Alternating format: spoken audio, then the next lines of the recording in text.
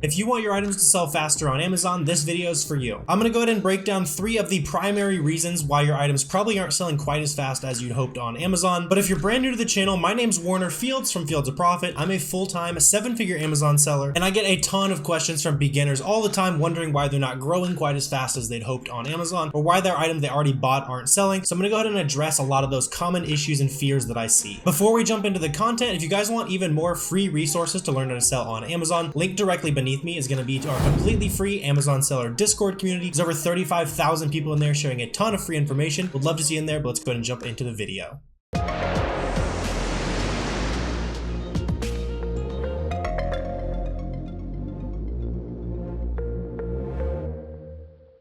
Alright, so I've actually gone ahead and jumped into my seller account back here just to kind of show you one quick thing. Something a lot of beginners get tripped up on is right here, when you're looking at your inventory, you're going to see this available quantity. And in this case, I can go ahead and click through. Right now it's saying there's 8 units of this available, but there's still 16 units that are inbound. So a lot of times when beginner Amazon sellers jump in, they'll start shipping their products into Amazon. They don't understand, oh, why aren't my products selling already? A lot of times they're just going to already be in shipment. So if your products aren't selling very well, number one, kind of the easy thing you can do is make sure they're actually in stock, right? So go ahead and check your available and then check and see how many, check your total here. So in this case, I bought 24 of this product. I still have 16 of them inbound, and right now there's 8 available. So I could potentially make some sales on this product. And then a lot of times when you're looking at your seller account, you might see something like this as well, where right now it's telling us I have 0 available of this. So on that last example, I was going to be able to sell those 8 units. Those 8 units are available for sale right now. In this case, I have 0 units of this available, but I have 1 in reserved. A lot of beginners make the mistake where they're like, oh, it arrived, it's ready for sale. But a lot of times it's going to go into reserved after that. There's a couple reasons things can go into reserved, but if it's brand new, typically it means it's transferring between fulfillment centers. So it's an FC transfer. If you ever hear anybody say that, it means it's just going from wherever you shipped it to a different fulfillment center. And the reason that Amazon does that is they split out your inventory across the country and they try to find the best fulfillment centers for your products to go to. That way you're able to reach the maximum amount of people that you can with your prime shipping. Makes sense. If you ship all your inventory to an East Coast warehouse, it would take some really impressive shipping for it to be prime eligible to California, right? So they're going to split your inventory across the country. So if you ever go into your back end of Seller Central, you're not really selling anything, but you see that right here it says available 0 and you've got some in reserve. In this case, I just have 1 in reserve. So for me, this product could mean that it's currently in, the order's currently processing. Reserved can also mean that. And then your items can also go into reserved if they start processing at a fulfillment center. That one's a little bit more rare. If they're ever going to do any remeasurements on your items to get different fees, they may also put the occasional couple units into reserved to check for authenticity and stuff like that. Really, those are rare cases. Typically, if it's going into reserved, it's going to be an FC transfer or customers are actively buying it. So if you see 0, don't freak out. Go ahead and dig a little bit deeper and make sure that your items are actually there, because obviously if your items aren't available for sale, they're not really going to be selling, and that's not something to panic about. It's just the nature of selling on Amazon. But I see a ton of beginners, they'll ship their products in, a week later they're wondering why they haven't made any sales. Be patient with it. Make sure you're checking on that and make sure it actually is available if it's available for a while. So then if you have shipped your items into Amazon for a little while and they're showing available, but then they're not selling, that's where this next thing we're going to talk about comes into play, and that's using a repricer.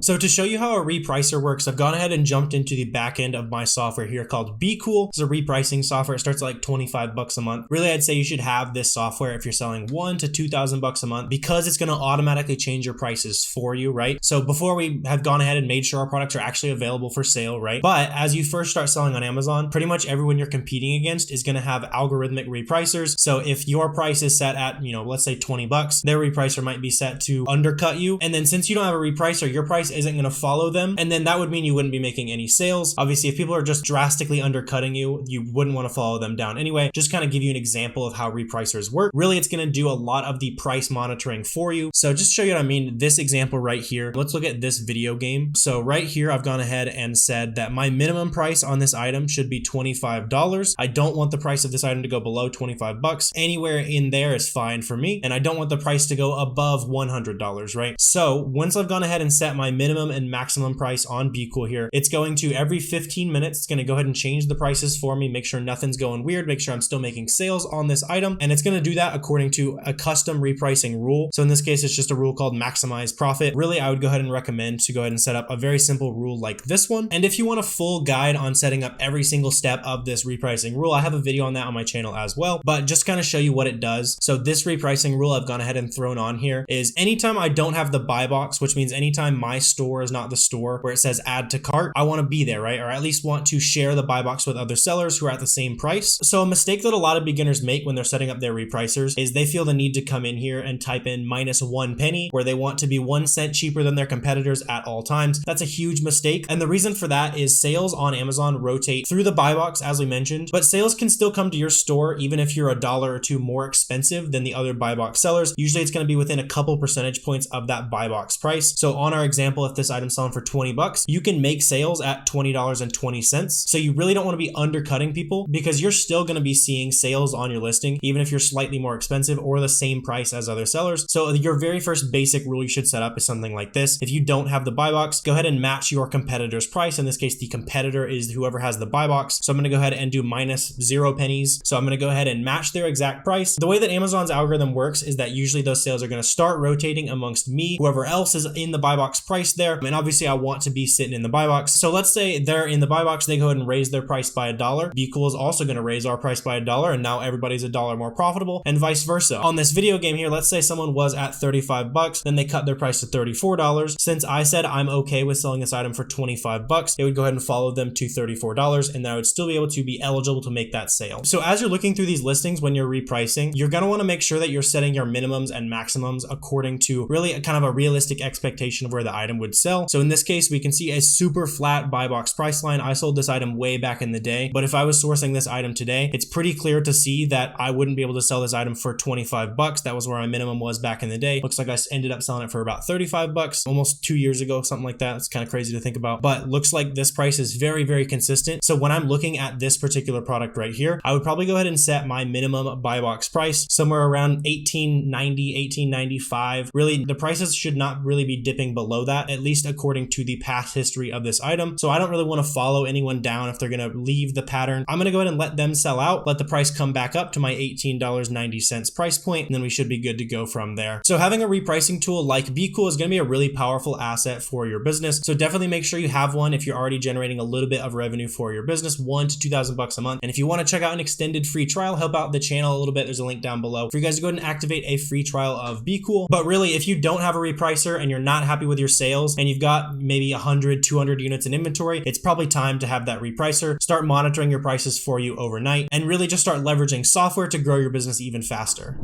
So then the third reason that your sales might not be as fast as you'd hoped for on Amazon, this one's going to sound probably pretty lame to you. You're probably just not buying enough inventory, right? If you have a repricer, you're monitoring your listings, like you know when stuff's coming into stock, you're making sales on your Amazon listings. And as you start to make your first few sales and get some experience in the business, you're going to know more and more what to look for in these products. So first of all, the thing you're going to definitely want to do is start buying deeper on those products where you fully understand what's going on those listings, especially if you're replenishing listings. Use that data. Let's say you sold your 10 unit test buy in your first week, go ahead and get 40 units, maybe 60 units if you want to stock up for a month and a half. Maybe go even deeper if you got plenty of capital, right? If you have the lead available to you, you want to make sure that you're going as hard as you possibly can, because if you know that you have a profitable opportunity, but you're only getting 5 units, 10 units, when you know you could be selling 50 or 100, that's an obvious mistake, right? Like you've got to be going a little bit deeper, have a little bit of confidence in yourself while you're buying, especially if you've got a little bit of experience under your belt. Buying deeper is a great way to build yourself a competitive advantage. And then on top of simply buying deeper on the items that you're already buying, as you keep growing your Amazon business, you're obviously going to be picking up new skills. You're going to be able to source products faster for your Amazon business. So don't be afraid to pull the trigger on all those new products. Continue to learn new lessons from those products as you continue to source more, and really just start building up that confidence in yourself as an Amazon seller. It probably sounds super silly and basic, but buying more inventory is genuinely probably the best thing I could tell you. Get out there, build up that confidence, trust your gut, and buy as much profitable inventory as you possibly can. So I hope you guys got a ton of value out of this video. If you did, please feel free to hit that subscribe button, hit the like button, all that good stuff helps me out with the YouTube algorithm for helping out your business. If you guys have any quick questions, comments, anything like that, feel free to drop those down below as well. Always happy to answer those questions. Love seeing the positive comments in the comment section, but I really appreciate you guys watching, and I will see you next time.